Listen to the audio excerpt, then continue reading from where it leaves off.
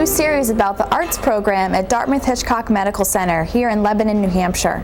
I'm Rose, and I will be your host during this series as we talk about the different artworks and musical programs and performing arts available to the public, patients, staff, and visitors here at Dartmouth-Hitchcock Medical Center. Because perhaps you've walked through the halls and wondered, where is this art coming from? How was it acquired? There's an amazing array here, and we hope that you'll join us as we talk more about it.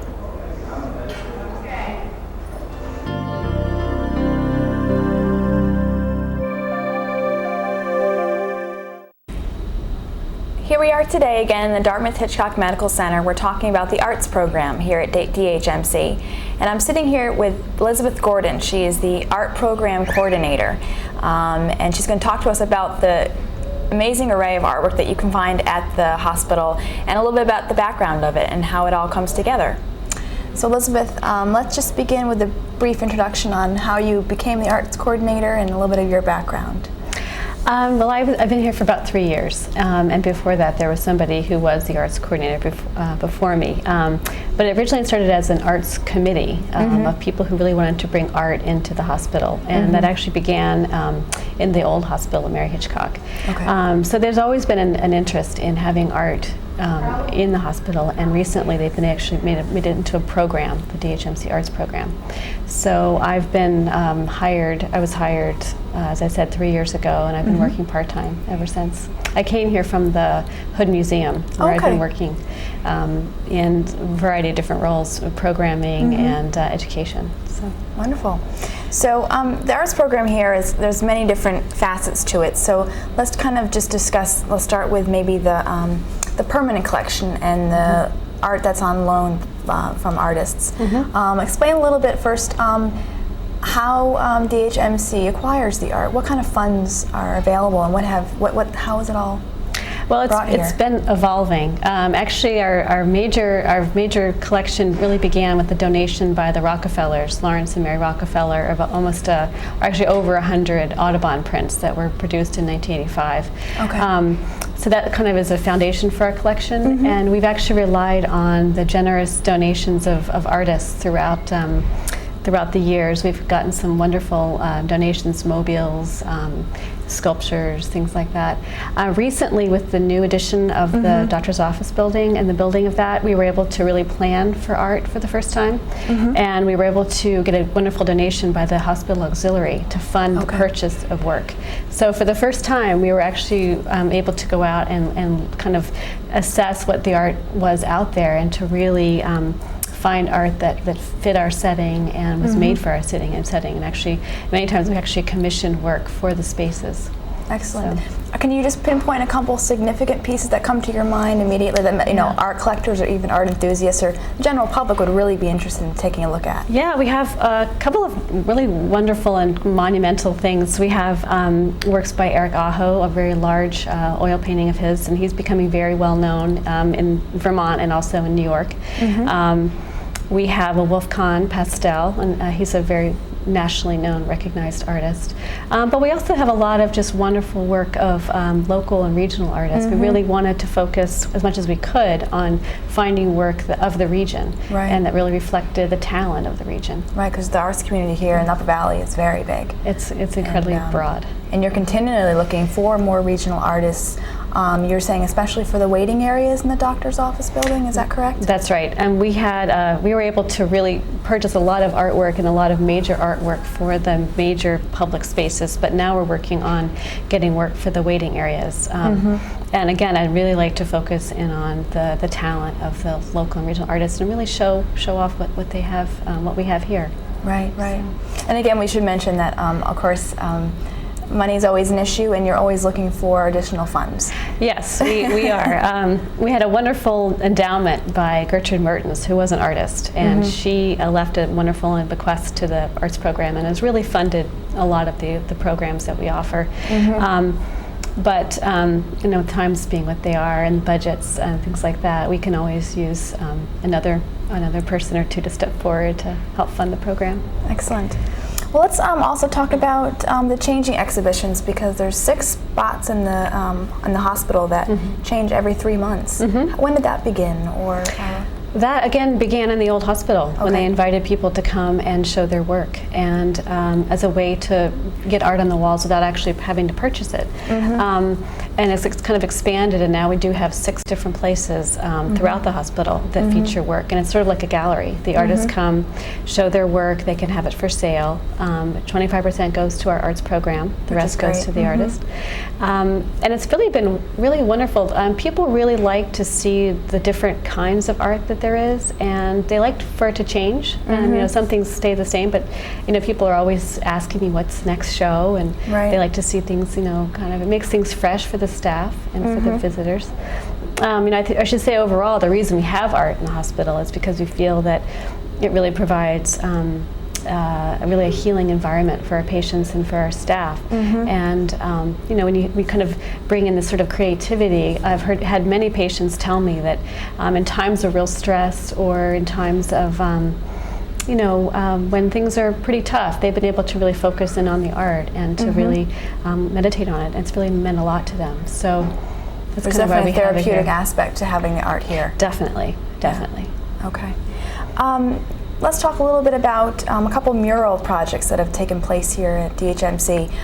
The first one let's talk about is Sol Levinson. He's a 95-year-old artist who actually has he does many murals, or has done and is continually doing murals for DHMC, but he has a studio in one of the areas, one of the departments. Right. Yeah, he actually paints downstairs in the radiation oncology department, which when I first heard about that, I thought, how's that going to work? But it works really well.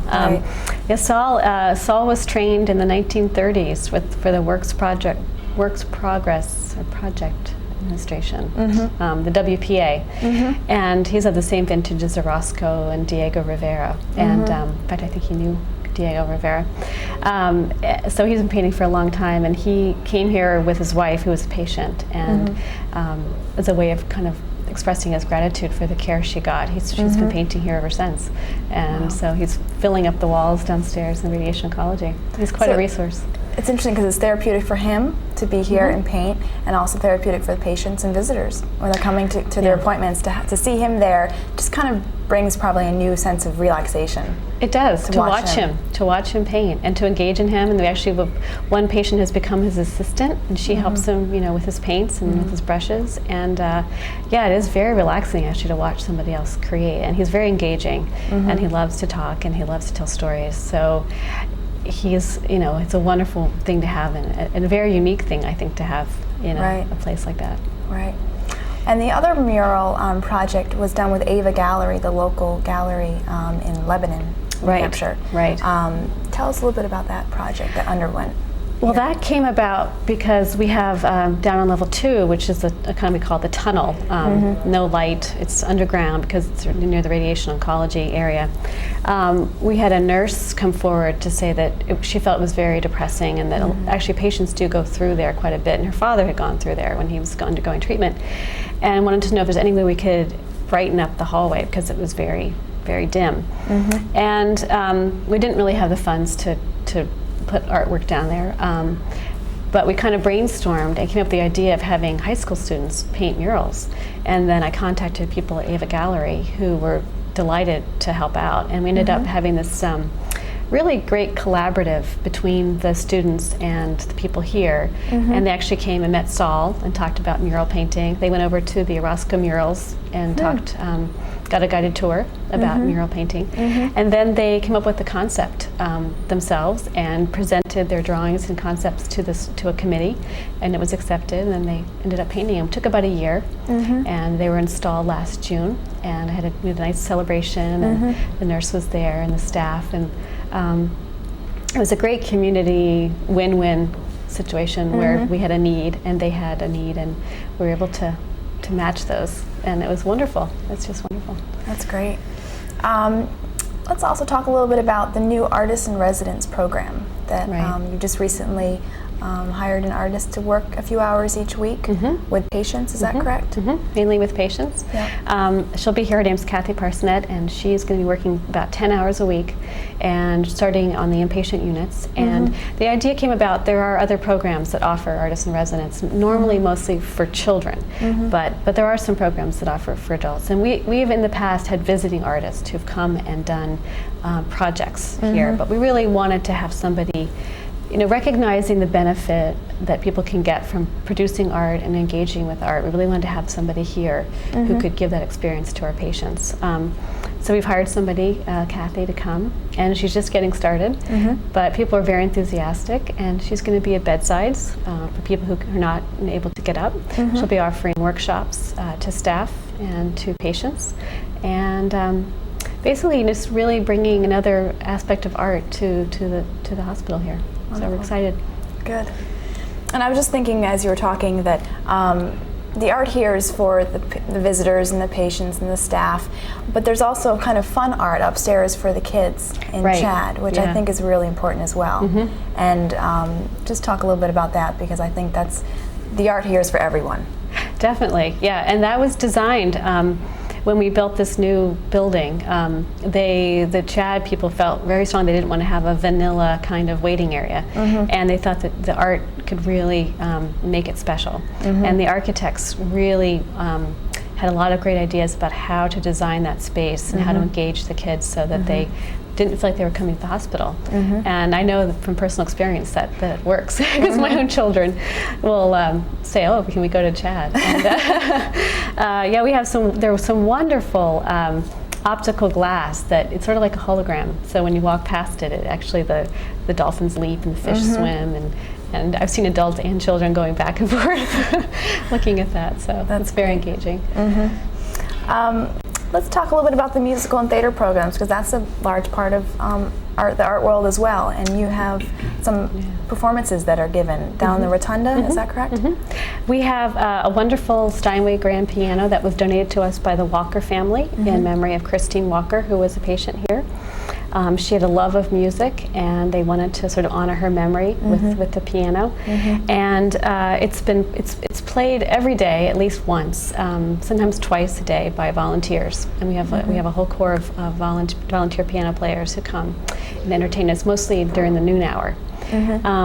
But that also becomes a focus for other events and activities. We have singing groups who come here, Upper Valley choruses, and actually even people come from the Hop to perform. So we have, you know, actually well-known people. George Winston was here a couple of years ago to perform. So it kind of becomes this focus. You know, the Rotunda area becomes a focus for bringing in performances, because the arts, you know, really span not just the visual arts, but the performing arts and the musical arts. And I think, you know, when you hear the piano, you realize that on some level that really speaks to people on a level that other things can't. So it reaches people in a different way. So we try to incorporate all the different kind of arts here at the hospital. Now, Elizabeth, I want to talk about this new guide to the art at Dartmouth Hitchcock Medical Center. It's a nice, handy guide that the public and visitors and staff can pick up at the different desks within the building. They can. They're available at the south and the north and the main information desk, and they're really designed for people to be able to find the art, identify all the art that's in the building. They have self-guided tours, so if you're here for you know, an hour or a day, you can actually take tours of all the different places. Because we're so big, you know, people often say, oh, they didn't realize there was something, you know, down on the other end. So this is really a way to get people to be aware of all the art that we have to offer, all the public art we have.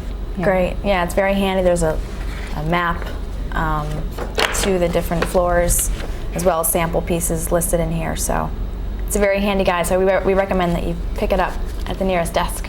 And you can also call volunteer services if you need to, and their number is 650-7056. Okay. Thank you.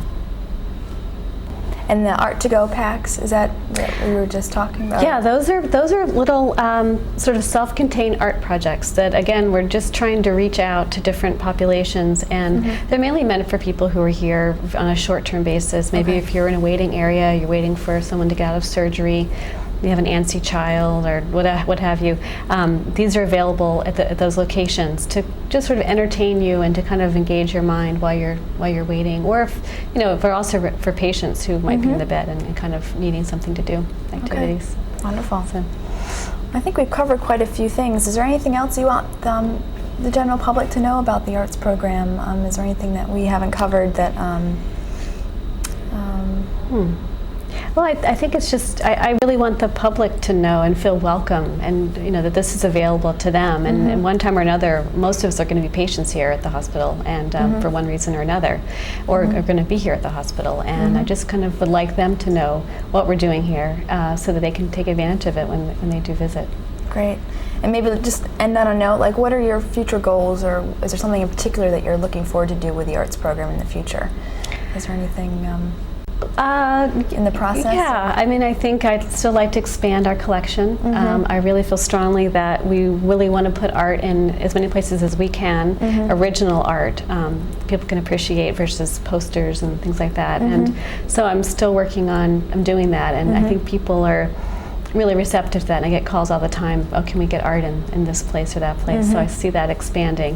Different areas, different walls. Different places, yeah, exactly. And I'm really hoping the Artist in Residence program takes off, and that we are able to fund it more and have Kathy come more often. And I'm hoping that the public will become more aware of what we're doing. Excellent. Great. And it's also, we should mention that on your website is a listing of all the exhibitions that are changing, as well as a little more information about the arts program. Yeah, exactly. And what is that website exactly? It is under www.dhmc.org, and then Go to Arts. Go to Arts. And what is the phone number if someone wants to call volunteer services, which is where? Right, volunteer services 603-650-7056. Volunteer services. Well, thanks for talking with us, Elizabeth. Thank you. Hopefully this will bring more people into DHMC. I hope so.